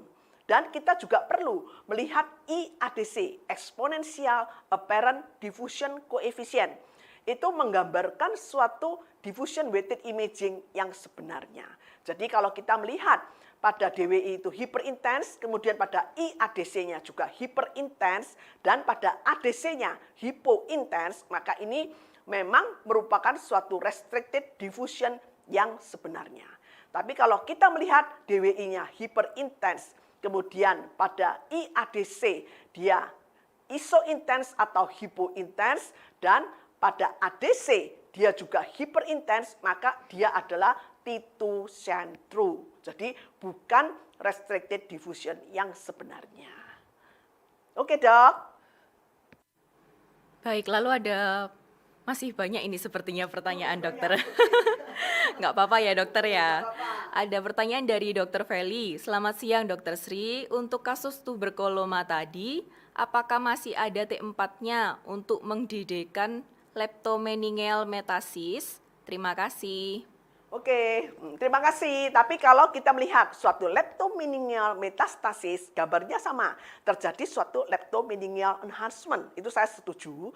Tapi pada tuberkulomatosis di sini kita melihat adanya multiple tubercle juga yang berada di daerah sisterna selain pada daerah brain parenchyma sendiri. Dan selain itu mempunyai ciri khas untuk suatu leptomeningeal metastasis dan leptomeningeal contrast enhancement pada TB, pada meningoencephalitis TB, itu bedanya pada daerah basal cisternnya. Basal cisternnya itu sangat contrast enhancement pada TB proses. Kalau leptomeningeal metastasis dia vokal pada daerah tertentu yang terjadi suatu leptomeningeal contrast enhancement, dan kita melihat ada masanya juga. Tapi masanya tidak berbentuk nodul-nodul seperti pada tuberkel. Oke. Baik dokter, ada pertanyaan lagi dari Nonim dok kali ini. Nonim lagi. Baik, selamat siang. Terima kasih atas presentasinya Dokter Sri. Izin bertanya, untuk lokasi lesi di meningeal, apakah bisa dibedakan lokasinya di leptomeningeal atau pakimeningeal melalui MRI? Bila ada perbedaan, apakah berpengaruh pada terapi selanjutnya? Terima kasih dokter.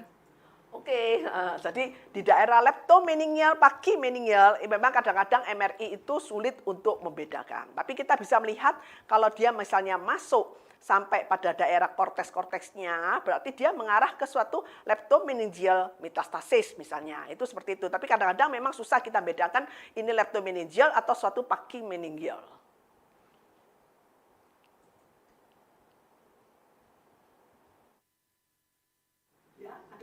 Iya, baik, apabila masih ada pertanyaan dari para peserta, silakan untuk menggunakan fitur live chat yang sudah tersedia di web, dan apabila masih kesulitan, Anda bisa menggunakan fitur chat di YouTube.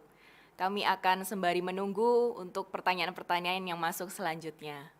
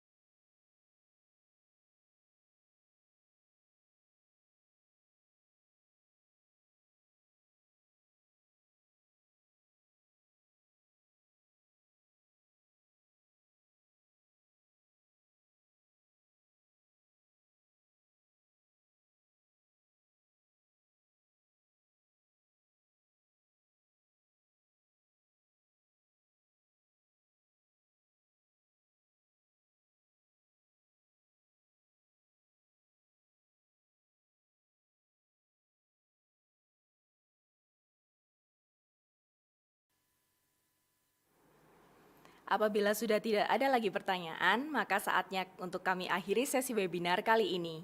Terima kasih kami ucapkan kepada Dr. Sri Andriani Utomo, spesialis radiologi konsultan selaku pembicara, dan kepada para peserta yang telah hadir dalam acara webinar kali ini. Pameran virtual telah dibuka kembali.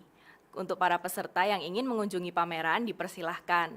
Ada beberapa vendor yang mengikuti pameran ini, yaitu PT Mulya Husada Jaya, PT Usada Selaras Gemilang Healthcare, Diargem, dan juga Brand Clinic.